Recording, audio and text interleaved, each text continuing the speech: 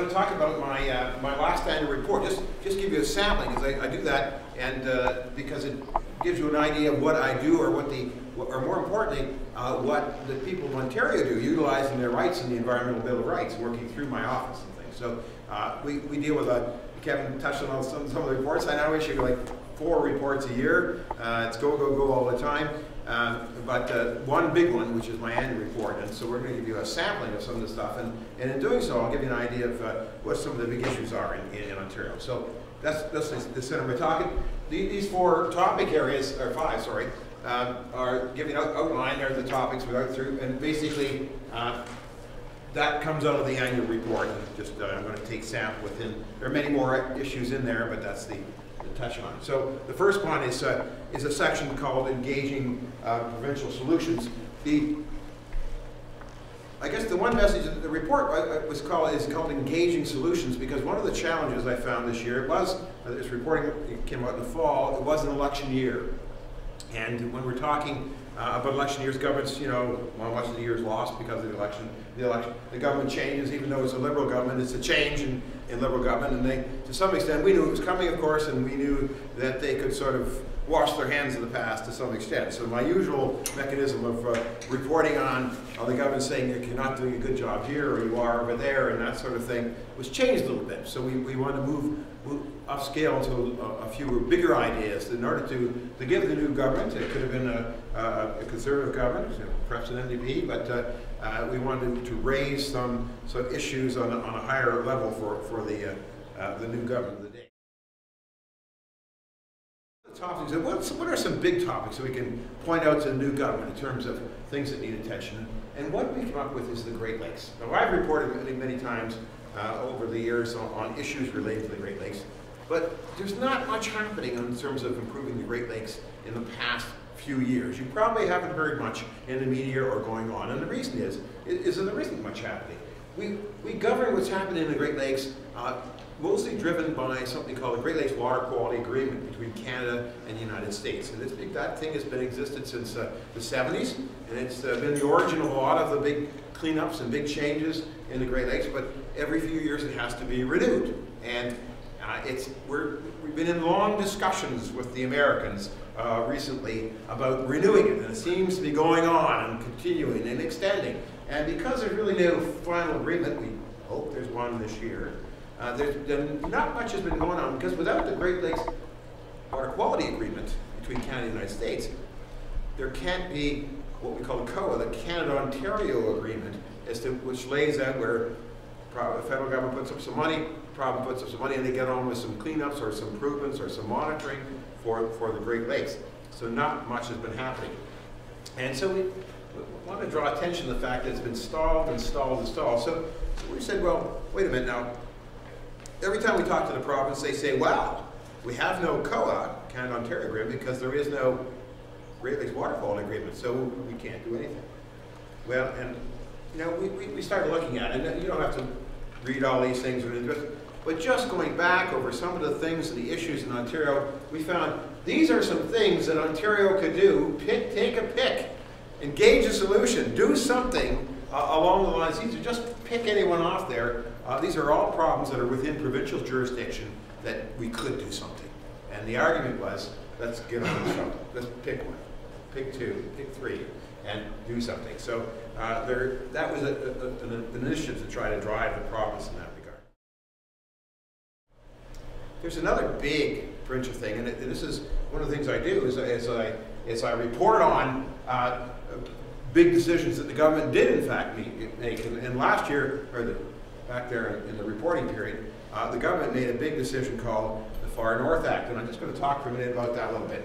Map of a big part of Ontario, northern Ontario, but it's far enough north that North Bay doesn't make it on. North Bay's down here. There's Timmins, and here's the highway with Cochrane, Caphurst, Long Lac, that sort of thing, Lake Nipissing down to Thunder Bay. Give an idea. The key line is this one. This funny little line here. And that line there is the division between what we call, south of that is the area of the undertaking. It's a technical term relating to the area we have the industrial forest management in the province. That's where we have forest management, extraction. North of that line is is the far north, and there is no environmental assessment on forestry. There virtually is no forestry at all. There are virtually no roads. There are no roads, the last just the highway. There's the odd little road that runs up here, but essentially no roads in that area. It is truly a huge wilderness. Now, recently there's been some development. The world's most profitable diamond mine is right there. And De Beers has a mine that's 90 kilometers west of Mattawa. And that speaks to what's going on. So we have huge potential. This is a huge area. You could take the country of France and drop it in there. And the key point is there's virtually nothing going on up there, and there's virtually no access. But there are 29 First Nations communities that have a constitutional right to be consulted about activity on their land. So that posed a problem. And we did have some major conflicts on the land, mostly relating to mining. We threw some Indian chiefs in jail and stuff over the fight, but that didn't seem to do any good. So we have this vast area, and then we found up in this area, here's Lake Nipigon, so up in here is something called the Ring of Fire up in there, vast mineral reserves, so now we've got lots of potential up there, but we didn't have any mechanism to develop it. So the government passed this Far North Act, which is a piece of legislation which says, well, about half that area they're going to set aside in some kind of protected status, not parks, some kind of protected status, and the other half are going to open for business. And we'll set up a mechanism that the 29 First Nations can have a role in planning it, have some say. That's what these colored dots are, by the way, some of the first stages of planning with the First Nations to open up the industrialization of the North. So I reviewed that that legislation, and I gave it a pretty good review, actually. Seemed to solve some of the problems and seemed to open up an awful lot of opportunity for the people of Ontario. So that's the kind of stuff. Another thing we talked about, there's a big challenge in the world and on biodiversity, a big challenge in Ontario for biodiversity, and that's the protection of the living systems of the earth.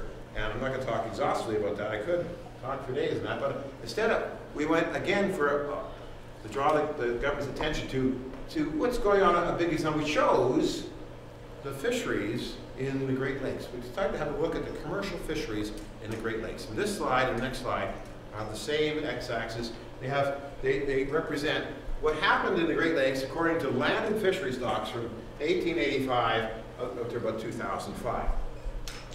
And let's look at that for an illustration. The colored lines are various kinds of fish. This is the landed tonnage or tonnage of fish in various species. The one that's missing is Atlantic salmon, which were common in lakes originally up to European settlement, but went extinct relatively rapidly. But you look, so pick something.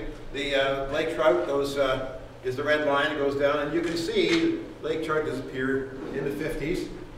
Part of it, utilization. Part of it is the lamprey when they opened up the seaway, right, which hit the lake trout hard. Lake sturgeon, they're like everywhere else. They live a long time. They went down to very low levels almost immediately.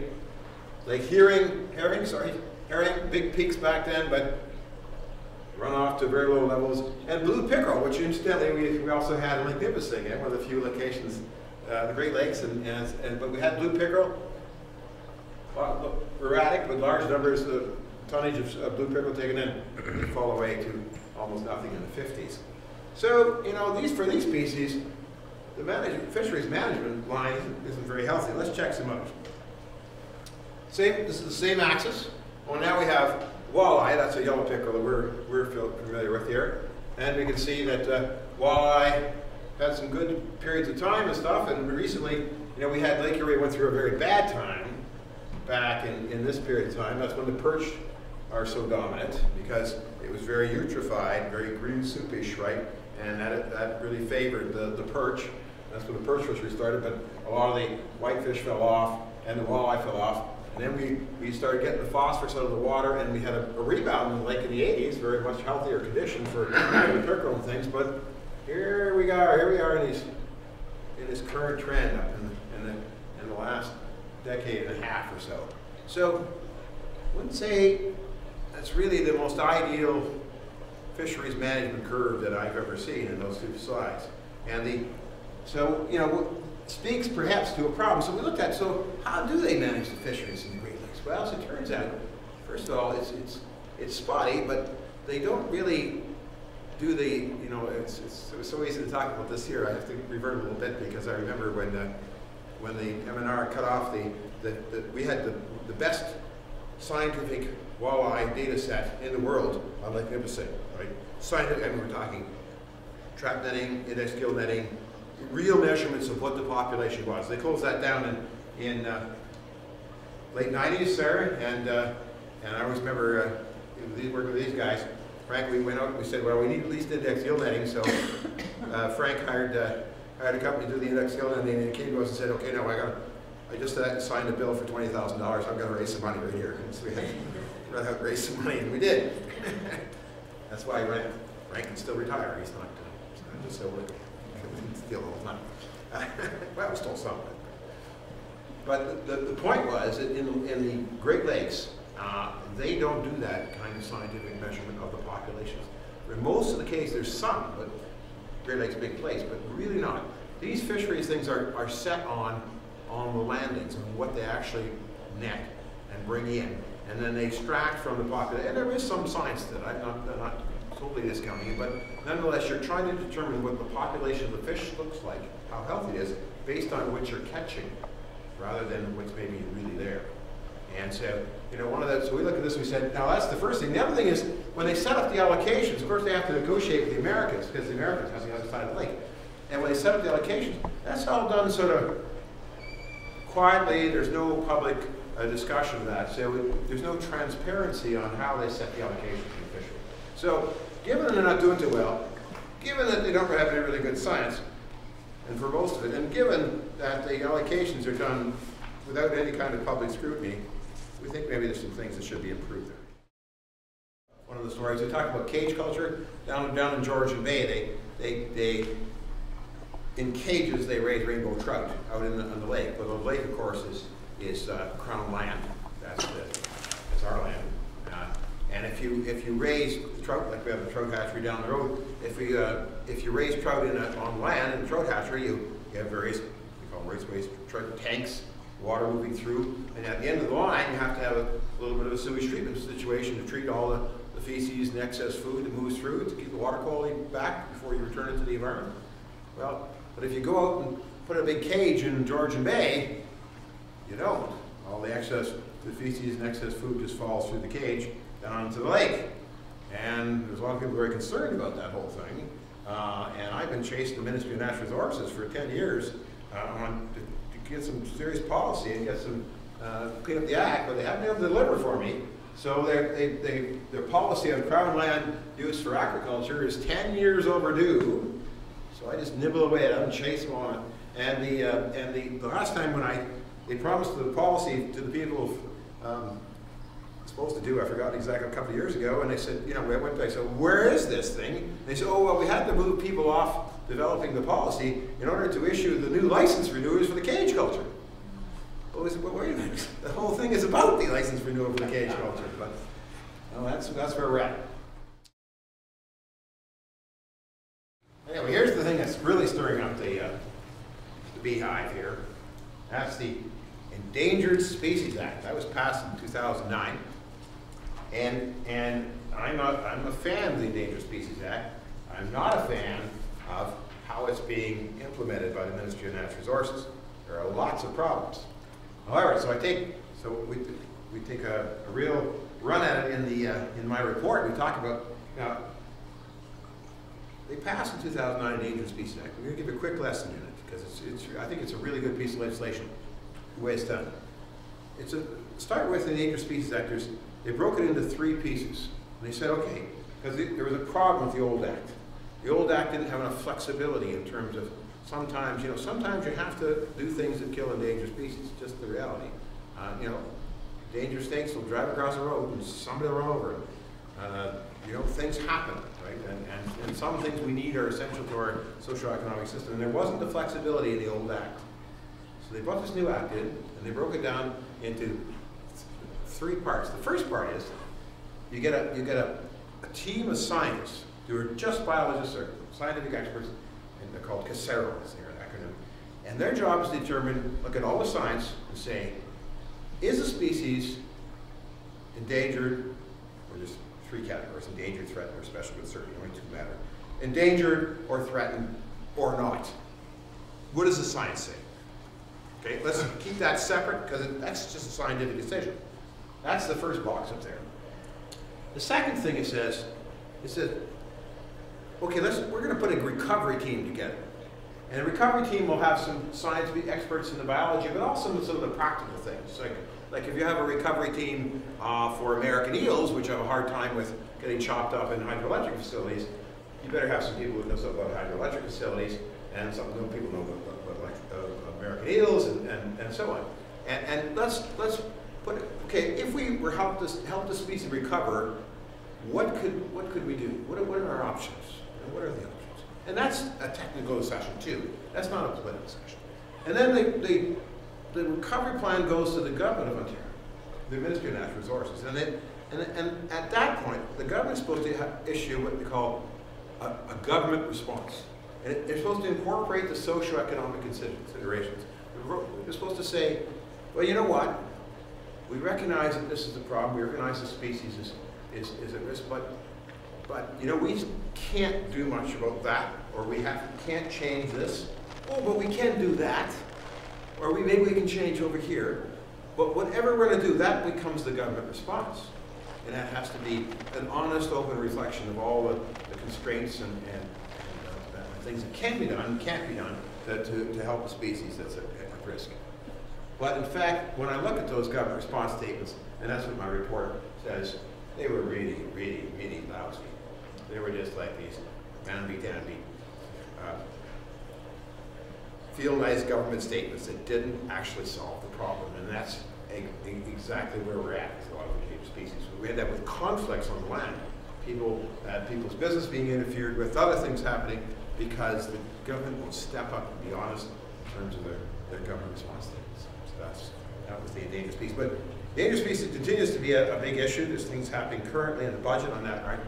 But when I talk about endangered species, I put in some interesting examples, and I put an article on this. Remember when we saw the cougars in North Bay a couple of years ago and stuff? In those days, Em and I were still pretending there were no cougars there. Em and I had this long-standing thing. It goes back 30 years. And they pretend there's no cougars. But everybody keeps seeing cougars. Em and I says, no, you saw a coyote. No, it wasn't a coyote. It wasn't a coyote. It was a cat. Oh, you saw a lynx. No, it had a big long tail. Big long tail. Oh, you saw an escaped or a pet cougar. Somebody let free. I kid you not, that's what they do. Yeah. Like, of course, we all know people who have the pet cougars. And you know, generally responsible people. There must be a whole bunch of them around North Bay. There's a lot of cougars around North Bay. But anyway, I thought this is a good story because it's entertaining. In fact, because last year, Em and I actually admitted that there are wild cougars in Ontario, which is the first for them. So I thought that'll be this, you know, the media darling. That'll be the charismatic species that the media will pick up on the cougar story, right? No, not true. The hit of my annual report in terms of the media, in terms of endangered species, was this one: snapping turtles. The story we did on snapping turtles was about the problem with snapping turtles, of course, is they're very interesting species. They're very, very long-lived. It takes them they have to grow 20 years before they even lay eggs. And the big ones are 100 years old, or certainly 80. We've got them in Ontario tracked, identified, individually numbered, that are 80 years old. And the problem is in Ontario, they're not endangered, not threatened. They're a species of special concern, which is the one that's sort of on the watch list. But for some reason, if you have a fishing license, you can take 2 a day. Well, I know you guys don't take too many snapping turtles, but you won't be surprised. But they're worth a good buck in some of the Asian markets in Toronto. So there are people who will go, and if you can legally take 2 a day, you can go into a pond and clear out 100 years worth of turtles in just a couple of days. So the question I raised was, why have we got 2? I mean, even make it 2 a year or something, but why do you have a 2-a-day license on something that's a species of special concern? So that was the issue, and it played big in the media right across. Not only, I did interviews in Manitoba on these things, so it was fascinating. Changing the topic, but from well, related to biodiversity, and in that category, I also actually had an application. I can receive applications from the public about requests for review of government policy and things. And one that we got reserved was a request for review to look at the need for considering green infrastructure, or some people call it building integrated vegetation, or aspects of just including the ecosystem in this building of infrastructure. It ranges from everything from this green roof in Toronto to the way we integrate the living system into our highway structure and things. So it was interesting, and in fact, there was a wide range of, the point was that we sent it to a whole bunch of different ministries, saying, you know, yes, I mean, Infrastructure Ontario builds things, but other ministries, and transportation, other ministries do infrastructure, and integrating it properly into the living ecosystem, you know, is a valid and interesting area, and an important area. It was, all the ministries turned it down, but it gave us, you know, some of these ideas you have to go introduce and just encourage and get them on the agenda, and the fact that the government ministry considers it and has to respond and say no, gets them thinking about it. And so it's the early stages. About in a minute, but the title is Stormwater Are Neglected Headwaters. And one of the things that became obvious to me, and I made a big pitch in the report, was about stormwater and headwaters. And some of the Conservation Authority people that, when I started talking about stormwater and headwaters, they get all antsy. You know, they're not headwaters. I said, well, think about this. You know, if you have, you know, there's a little jargon here. You know, a stream with no tributaries, just a starting little stream, as we call a first order stream. If it joins another first order stream, you get another second order stream. So let's picture that. Two little, one of them's in this beautiful setting with trees and meadows and flowing down through and all full of living things. And, you know, the Conservation Authority, other people would say, yeah, we gotta protect that. That's beautiful, you know, headwater stream, right? Beautiful. Well, but the other stream that joins it down a little ways is coming off a big box store parking lot, right? And it's all asphalt, like it's 25 acres of asphalt, and it flows down. You've been in those box store parking lots. All the water's directed to these grids in the asphalt. They got them here, and those grids. And you think, well, it's going down the drain. Well, it is going down the drain, but underneath, by the way, underneath that grid, anything built in the last 20 years, there's what they call an oil grit separator, which is a very expensive piece of hardware. Some of them cost $100,000, just one of those drains in there, and it's designed to trap any oil and debris and everything, and remove from the system, and trap all the sediment, and not, I mean, sand and grit is obvious, but also you get all sorts of tire wear. I get jars of this stuff in my office. You know, people come, I have all this stuff. I have these jars full of black gunk in my office, and if you want to come down, I'll show them to you. And in fact, in my annual report, there's pictures of my jars of black gunk, and I didn't say it. One day my staff came in, come in, Gord, where are your jars of black gunk? I said, well, they're there. They took them away and they photographed them and they put them in the annual report. I didn't even know it until I saw the annual report. But the point is that these oil grit separators are to keep that stuff out of the water, because the water that flows out of them goes down and becomes the other half of that headwater stream, right? So, and that all should work fine, except that one of the problems we have is we don't pump those things out and clean them out. They've got to be regularly maintained if they're going to work, if they're going to keep our streams viable. Now, some of them are on municipal property, and generally in the province of Ontario, the municipalities do a pretty good job of maintaining them. But many of them are on, increasingly, they're on these big parking lots that are privately owned, and they have to be cleaned out by private interests if they're going to be done at all. And in fact, it's not happening, and a lot of the reason is just silly, because it's a lot of these companies, they say, you go to them and say, you know, have you cleaned out your oil grit separator? And they'll say, what? Somebody else built the place, right? They don't know what's there. They don't even know they need to do it.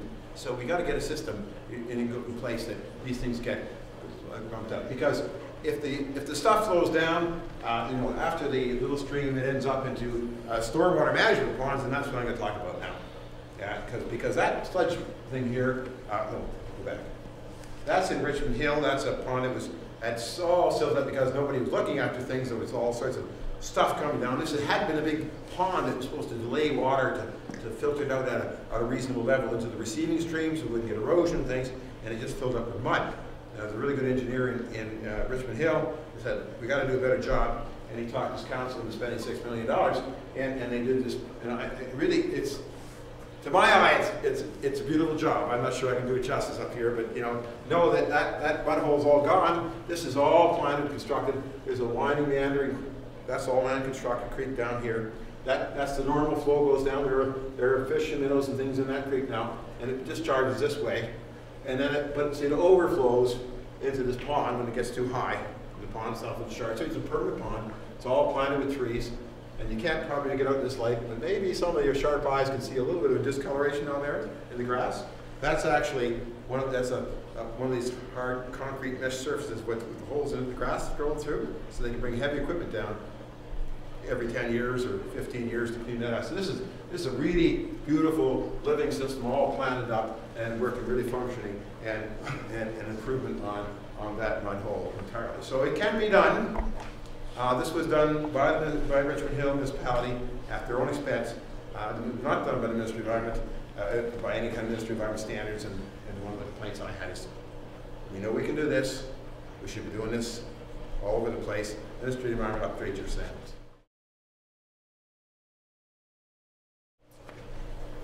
Now, here's the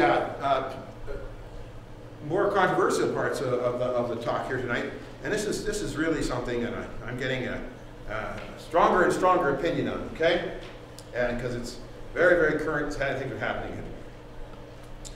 I used to work for the Ministry of Environment for many, many years. I've worked in natural resources on it related to them for many years as well. And this is the allocation as a percentage for Ministry of Natural Resources, Ministry of Environment, the percentage of the government operating budget, okay? Now,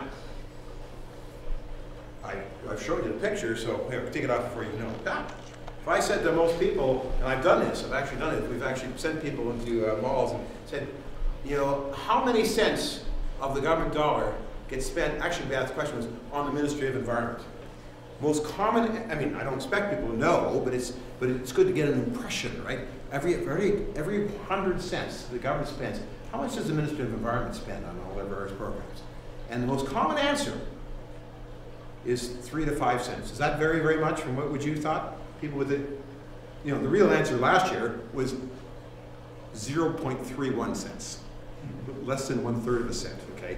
But the people think that we should be spending that kind of money. In fact, if you add M&R and MOE up in budget year 10 and 11, you add both budgets, all the M&R is bigger than MOE, and you end up with 3/4 of 1 cent. We don't even spend a cent to protect the natural environment in Ontario. And remember, that's what we spend. M&R and MOE both charge a lot of fees that cover off most of that anyway. So it's the hunting fishing licenses, the park fees and everything, they cover off most of that. So that's, in terms of net tax money spent, it's very small. So 3/4 of a cent to that ministry, but look where it was. These are all normalized dollars, the same equivalent comparable. In 92, 93, it was over 2 cents. It's almost 2 1/4 cents. And it's been a steady decline, and since we're in it's worth pointing out 2 points, I think, in Nipissing, and this is Mike Harris's first budget, so you can see, you're talking about declines. Not everybody's getting into this, right? That's the NDP period, this is the Mike Harris period, and then we're in the Liberal period. Now, this one here, you see this little, you can see from here to here, a little increase. That's the Gord Miller increase. Because this year I hammered them. That's the first time I hammered them on budget for M&R funding, and so the next year they increased it a little bit. And then they went back to their old habits. If you look, it's the same tendency. They just did it 1 year because I created enough heat that they get a little more 1 year. But we're in budget consideration. We're down there now. So not funny because you guys it's not good, and it means I don't know. We've got to convince these people that the natural resources and the natural environment of this province is worth something, and it has inherent value, and you can't keep discounting it, discounting it, discounting it. That's my message anyway.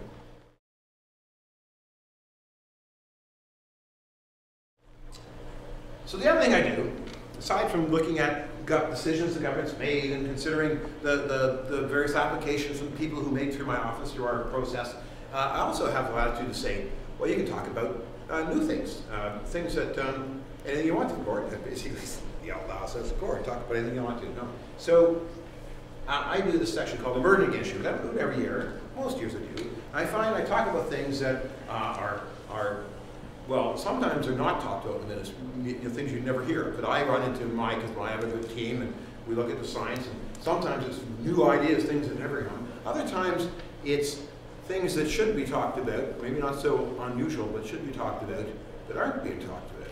And that's what this year I came up with. This year, I looked around, and there is a big issue that's emerging. It's certainly a big issue in the United States, and it has implications to Ontario, and it's simply not being talked about. And that's what they call fracking. And that fracking is the, and I thought, well, you know, the time is right because we don't have any fracking in Ontario yet, but we haven't had it in Quebec. Quebec started 31 wells, 19 were in problems, and Quebec had to shut it all down as a moratorium because there were problems. And it's certainly extremely controversial in the United States. So I thought, well, you know, there should be some initial talk and maybe some initial look at the regulatory structure for this new technology as it relates to extraction of natural gas, and that, you know, so I put out some basic information. So the piece I did was a very basic information piece, but it gives you an idea. Just for the people who don't know what fracking is, it has really changed the natural gas sort of production industry. Most of our gas used to come from Alberta out west. Now, 20% of the gas we burn in Ontario is coming from Pennsylvania, down in the states just south of Lake Erie. And here's the deal. Here's the technology that they've adapted. So what you have is you have a well as you drill down and into a deep, usually very deep, tight layer of shale, of a mudstone, a rock, and in those formations there is natural gas. There is methane, but it's sort of bound in the solid rock. The stuff out in Alberta that we used to get is in like open sandstone. So you imagine if you put a hole into it, it starts flowing through the holes and gaps in the rock. The shale is not permeable to that degree. So what you do is, and they have this really slick new technology where they can turn these drills and the rig can go horizontal pretty much as far as they want. And this was a linear like that. But in the picture from the top, you'd see them going a radial way, right? And then the key is to put a very good casing here, which is one of the problems. And then they start, they pump down water mixed with a fine sand, mixed with usually some kind of petroleum used for a lubricant, and and then a little, you know, like Colonel Sanders' special herbs and spices mix of chemicals. It's a secret, just like Colonel Sanders. And they pump that down, and then they whump this thing hydraulically. Wham! They do it once, and then they drill a little further down, and then they whump the thing hydraulically, bam! And they shatter the rock. And then when the water drives those little pieces of sand into little cracks. So then, when they've gone far enough, so you get these fractures every time they wham this sucker, and then they pump the water out again, and all those, much as they can, the sand and the drudge, and then you're left with voids which the sand grains hold open.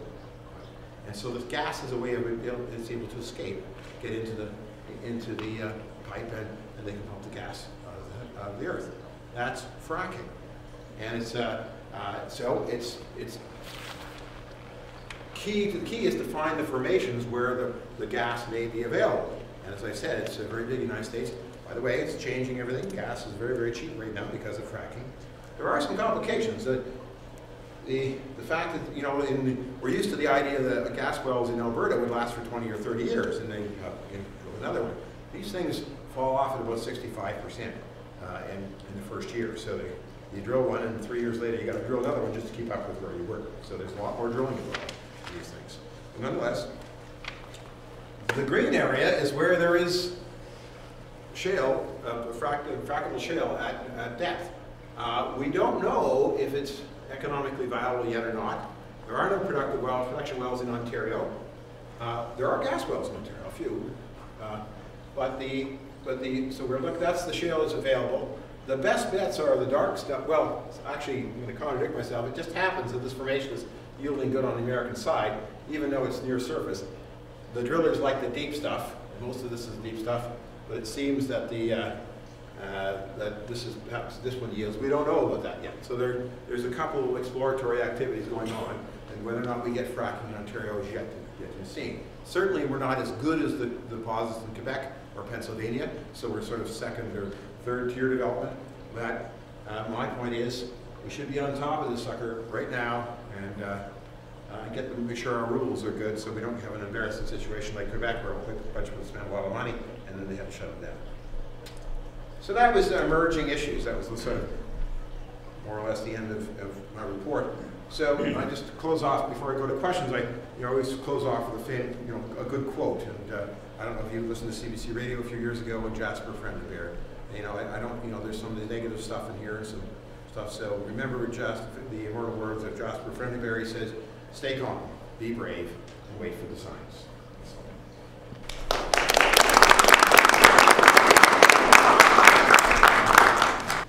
To know your opinion on some sort of correlation between fracking and earthquakes. Okay. I'm going to revert to my French language spokesperson beside you, and he'll explain it to you in French. No. No. I want your opinion. Lois, that's cleared up very quick. There's been some very good research just in the last couple of weeks to come out. It's very confirmed now. There is a positive link between earthquakes and there's smaller earthquakes, but nonetheless earthquakes and fracking. There's no question. I mean, that was suspected, it's been alluded to, but they've done some hard geologic science now, and it just came out, the definitive paper just came in the last couple of weeks. So yeah, there is. And in Britain, where they're putting together regulations on this, like I've called for here, they've put rules in relating to the magnitude of earthquakes caused. In other words, I think it's, quote me because I might be wrong, but I think it's the magnitude scale of earthquakes. I think if you cause earthquakes greater than 0.5 magnitude, you have to take some other measures or have to stop or whatever. But anyway, they've actually built the recognition of the fact that there are earthquakes into the regulations. So it is positive. Now, the magnitude of earthquakes that we could expect anything would vary on the local geology, and we don't have any fracking shales up here, but we do have an active fault running right underneath us here. And so if you had that active fault near fracking shales, that would be a much larger risk than having a relatively stable area. But there was, in Oklahoma, they had like 80 earthquakes. So well, with regards to fracking in Quebec, what specifically were the problems that they ran into that were prevented them from? Well, okay, I'm going to put some quotes around this because there's some dispute about this. Okay, but the kinds of problems, the problems you have when you're fracking, the sort of the worst technical problems you have are so you remember you're banging pressure down here to break the rock. This, the fracking guy, the drillers will tell you, well, we're not in the open aquifer. That's way up here. We're down here. Yes, but if your pressure, you're whacking this thing, this pipe has to be strong enough to sustain that pressure. And if you get a failure in this, that's when you get cross-contamination problems. And I don't think we've had actually water contamination problems in Quebec, although there have been some in the States alleged under investigation. But you can get gas escape, natural gas escape, which is dangerous in itself. Right? So that's the first technical problem. Then but Quebec clearly had problems on the surface. What do you do with the wastewater? All the trucking that's involved, all the surface disturbance. The area that's key in fracking in Quebec happens to be that, that St. Lawrence Valley lowland stuff, right by the St. Lawrence River, that old Habitant settled, where the French farming communities go back several centuries and they have strong traditions, and then these suckers are being pumped on, every kilometer down the road. So there was tremendous land use clashes, and they didn't anticipate the sort of impact on the rural landscape in a very traditional rural landscape. Yes? Question about the resource revenue sharing environment with First Nations people. With respect to this? And no, not with respect to this. Yeah. Sure. Yeah. With respect to the resource revenue sharing environment with First Nations people, how will some people think that in 10 years there'll be the Sheiks of Ontario, some of them. So how can we we develop relationships more so that they can develop these partnerships with Germany?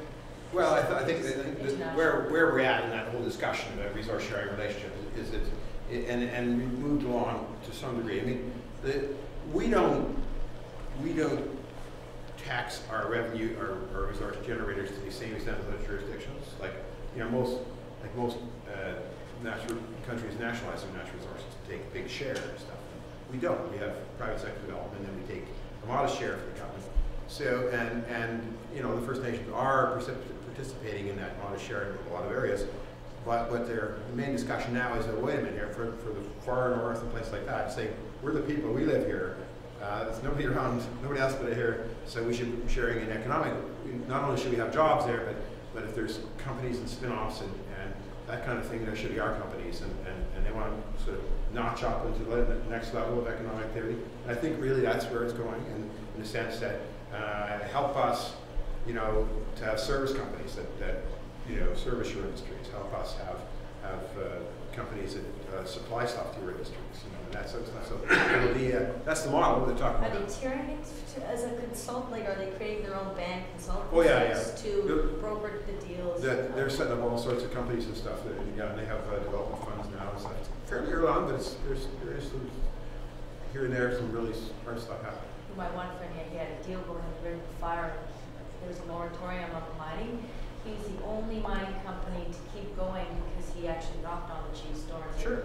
And I come in and talk to you and have a cup of coffee, and that's what kept his deal going. And there's more and more of that happening. I don't think the government stuff has gone as fast as any further than it has been for the last few years, but there's an awful lot of stuff company to company, and the First Nations are very involved in that sort of corporation stuff. Yeah. I work for Green Nipissing, and we're one of the green communities in Philippines, Canada, and they have a program dealing with stormwater. It's called RAIN. And so I just wanted to get a sense of, are there different regulations for different municipalities to take care? There's one set? The stormwater is managed, it's mostly to do with new construction, and there's a guideline book from the Ministry of the Environment which has three standards of stormwater recommended technologies. There's no mandatory, you don't have to do the best, you only have to do the lowest, but even the best is far behind what I put up on the screen, in terms of technology advanced, it's 20 years out of date. And certainly I've been pursuing the Ministry of the Environment to upgrade the standards. Let's move the bar here a little bit, because the best bar, what's happening in certainly it's happening in California. I'm trying to think I'm struggling to think where it was recently. Other much closer municipalities, they're starting to because the stormwater infrastructure is so expensive in some places. They're starting to tax a stormwater levy on land according to how much impermeable surface you have.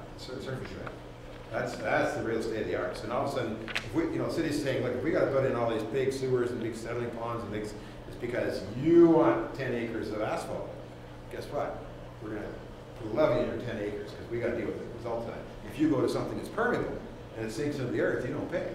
So sort of push the burden back. So, and that's, you get into green roofs, you get into these other infrastructure things. So that's, and certainly California, places in California are very aggressive. And one other thing, I had heard that some municipalities have banned the use of salt in the wintertime for householders. Is that not true? No, I've never heard that in Ontario. The salt thing in Ontario is, there's a really good news story in salt. With respect to the Ministry of Transportation, they've done marvelous, working, and I was going to cover it off by saying, including some of the major municipalities in Southern Ontario, because they jump on me, and I neglect to mention that. But nonetheless, so best practices on road salting now is really, really improved from just what it was a few years ago. And the problem is that MTO, when he controls 20% of the roads, 80% are in municipalities. And so some big municipalities have adopted MTO standards, or practices, not standards, practices.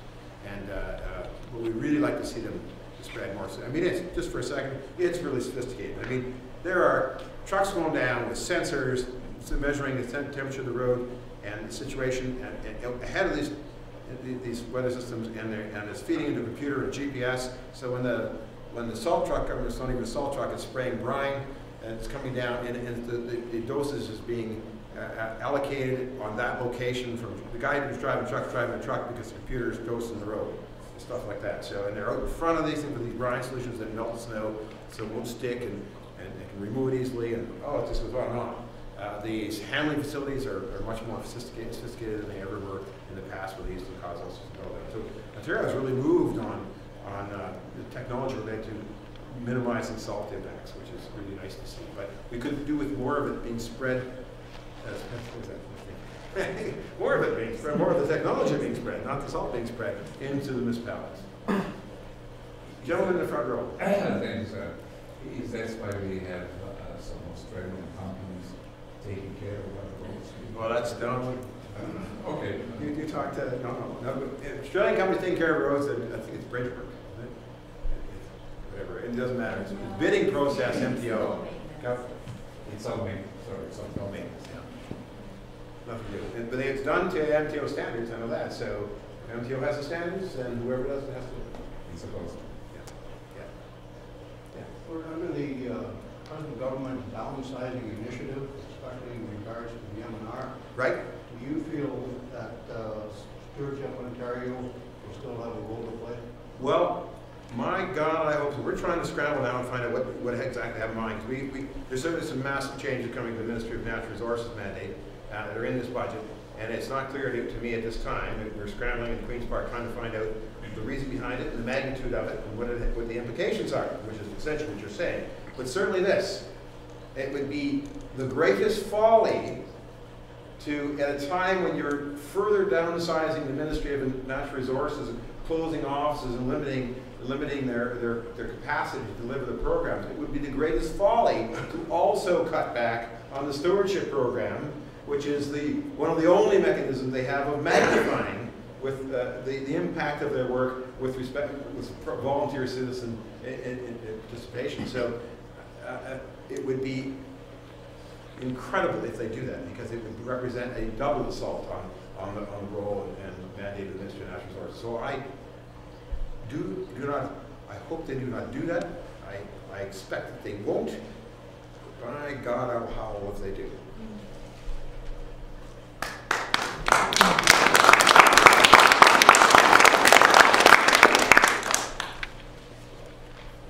They're very, very challenging times. The stuff in the budget on the M&R frightens me. Lady in the back. What can I say? Are they going to do anything about the roads for the snapping turtle? Well, interesting. Haven't said anything yet, but boy, was there ever a pushback from the public, and widespread in beyond Ontario. And so I know they heard that loud and clear. Of course, we have a new government who's trying to hang on, and something like snapping turtle season limits are not high on the agenda, let's say, especially at a time when M&R is facing further cutbacks and changes to the legislation which allow the government to move the light fishing licenses out of government and put terms and conditions, the control of setting terms and conditions on licenses out of government. That's what's in the current budget. So bigger things are in play. I know, however, having said that, I think they heard loud and clear from a very broad sector, and a petition in the legislation read by an opposition member saying, this is silly, for God's sake, don't allow extraction of snapping turtles. So we'll see. What do you mean by out of government? In the budget bill, there is an amendment. There are amendments to 9 pieces of M&R legislation, and the amendment reads, paraphrasing, something along as follows: the Fish and Wildlife Conservation Act is amended so that a third party can be issued authorized to issue hunting and fishing licenses, and that third party can be delegated the authority of the minister to put conditions of any sort on those hunting and fishing licenses. And you're going to ask me what that means, and I'm going to tell you I don't know. I just don't like the sounds of it. So why on earth would we need that? Remember that for those of us that hunt, for over a decade, if I buy my deer license, I do it on the telephone. By punching numbers on the telephone, that's a private company. That's fine. I don't have a problem with that. They tell you at the end your license fee is so much, you know, the fee for doing this is like $2 and that's fine, but that's done by a private company. So why they need to amend the legislation, I don't know. Because already they have, I would think, an efficient system. Get my hunting license, fishing license, everything